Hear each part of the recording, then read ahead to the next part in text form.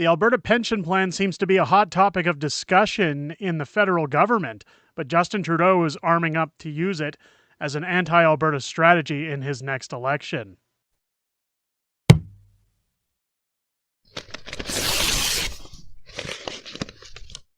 Oh, yeah! What's going on, everyone? I hope you had a wonderful, wonderful weekend, and I hope you're having a wonderful day today.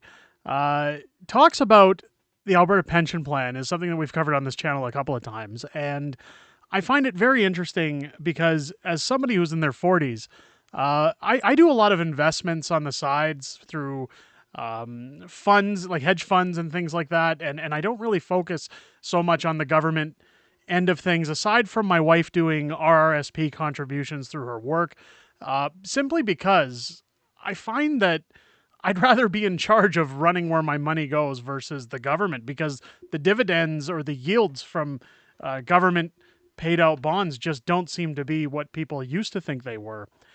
So, of course, Danielle Smith coming out and being under hot water with the first parts of what could be known as what everybody's labeling as Wexit, towards saying that Alberta is going to have a referendum to vote in chance for an Alberta pension plan and move away from the federal government's Canada pension plan. Now, of course, we all know that Quebec never opted into Canada's pension plan, and they were never scrutinized for doing that. But it seems like the question is now being asked, well, if it's so bad for Alberta to get out, then why hasn't Quebec joined? And maybe is the federal government going to start trying to convince Quebec that now is the time to join in order to make Alberta the bad guy? So it's going to get interesting. And I found this article over at the Edmonton Sun, and I wanted to talk about it a little.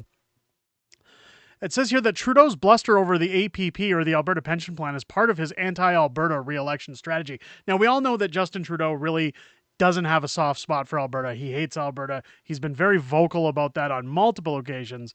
But this quote from Trudeau, as we covered in last week's video, saying, "We will not stand by as anyone seeks to weaken pensions and reduce the income of Canadians." That's what Justin Trudeau wrote in a letter to Alberta Premier Danielle Smith regarding the province withdrawing from the Canada Pension Plan in favor of a Made in Alberta retirement program.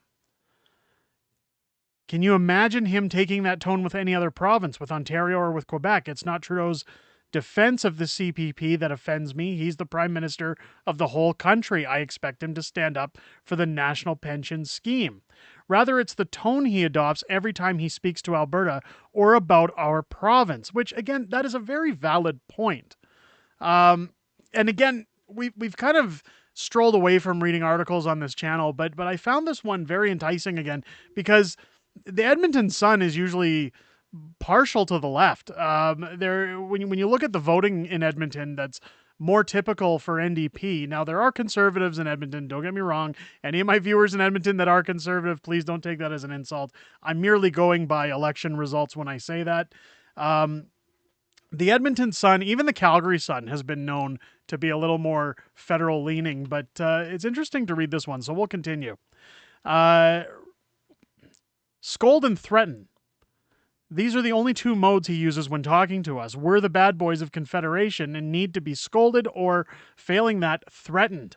When Trudeau wrote to Smith about the possibility of an Alberta pension plan, it was just instinct that he'd talked through and issued veiled threats.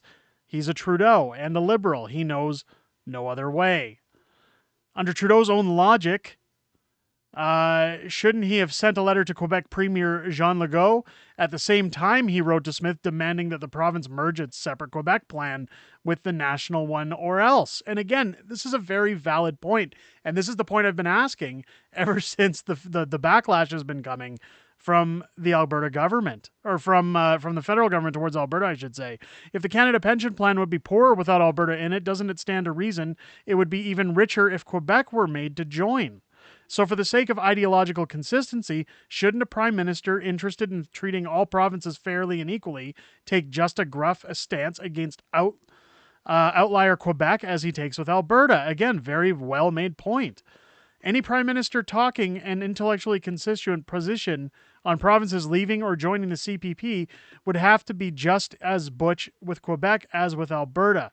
The fact that Trudeau is never tough with Quebec or any other province, as he is with Alberta, just goes to show you that this issue is not about pensions, but about getting the Liberals reelected whenever the weak-kneed NDP ever pull the plug on their lefty coalition. So, again, this article goes into more of the points that were made in the video last week, but I've done a little bit of looking around because, again, in my 40s, and I said it in the last video, and everybody was very helpful with their comments to fill me in just on what pensions would get people in Alberta. And again, everybody, thank you so much for being very vocal in those comments and getting me a little bit of education on that. And I have done a little looking, but Marty up north, friend of the channel, put out a tweet last week that I wanted to touch on because he's nailed it down to a mathematical juxtaposition here that makes a lot of sense.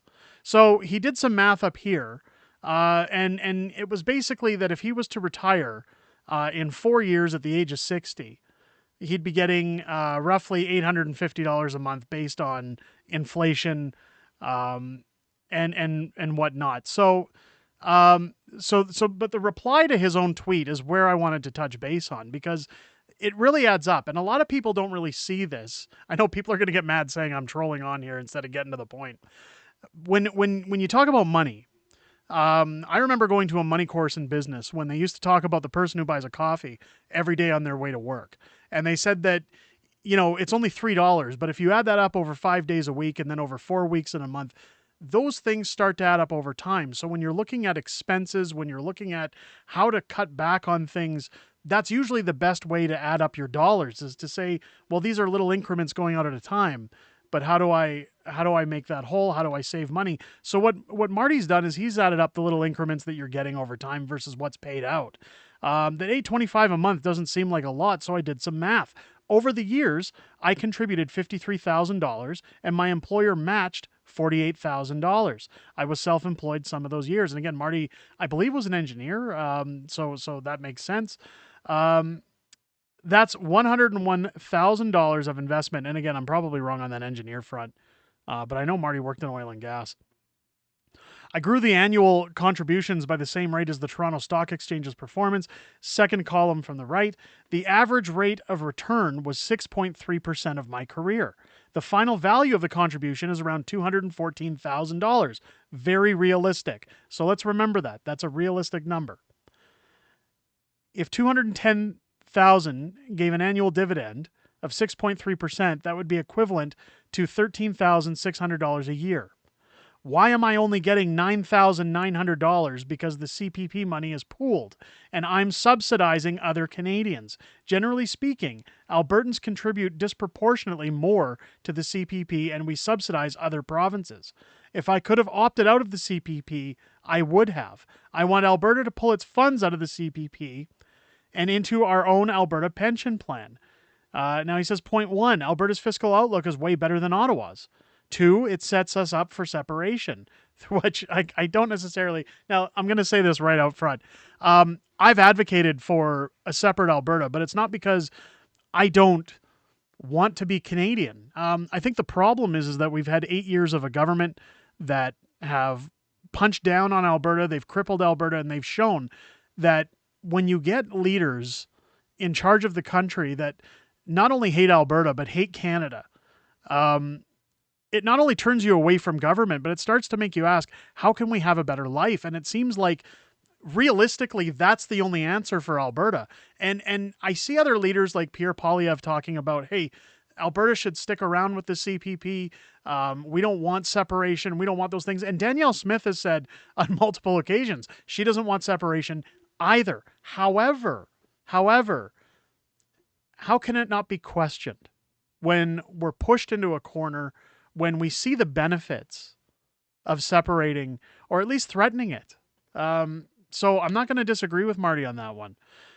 3, we'll get better returns. 4, we won't be subsidizing other provinces. 5, I don't trust Ottawa or the CPP managers. And that's the key, is that part of the problem with this CPP is that they're talking about extending the retirement age. They have been for quite some time, simply because they didn't expect people to live as long as they were. And if people die, like if you die at 68 instead of 75, well, the government gets all that money back in their coffers. So, I mean, it's redistributed, I should say. Um, so, ideally, an Alberta pension plan, while again, I understand how other governments that are wanting to fix this country are frustrated with the idea or thought of something like that, but they should also sit back and realize that Alberta has been pushed around too much. Canada's been pushed around too much. So I'm sure they understand our frustration. I don't see anything here but benefit. And that's the problem, is that the government from day one, when you talk about income taxes, when you talk about Canada pension plans, when you talk about EI, when you talk about any of those funds, that's all Canadians' hardworking money going into government coffers. So, or government pools, I should say. Coffers are another end of things. But regardless, it's the government toying with our money. And if we feel that our money is better invested elsewhere, well, we should have the right to say so. At least that's how I feel. I want to hear from you guys down in the comments. Again, let me know what you guys think down below. Do you think the Alberta Pension Plan is a good idea? I know most of you agreed with me last week and said that you were looking for it.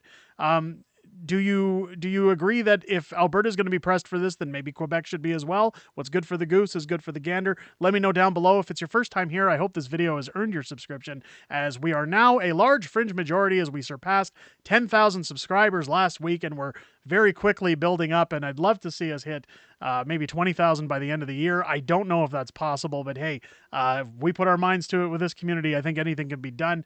Make sure when you're hitting that subscribe button, you hit your bell for notifications. Join us here on the channel every Sunday night at 6:30 p.m. Pacific time when we do the weekly wrap, where we talk about everything that's happened this week and everything that we're looking towards in the next week, as well as Q&A and hanging out with my community. I'm always happy to see new members there, as well as long-term members, and it's always nice to chat with you guys outside of making these videos, and I hope to see you there. I hope you guys enjoyed this video. I'll catch you on the next one.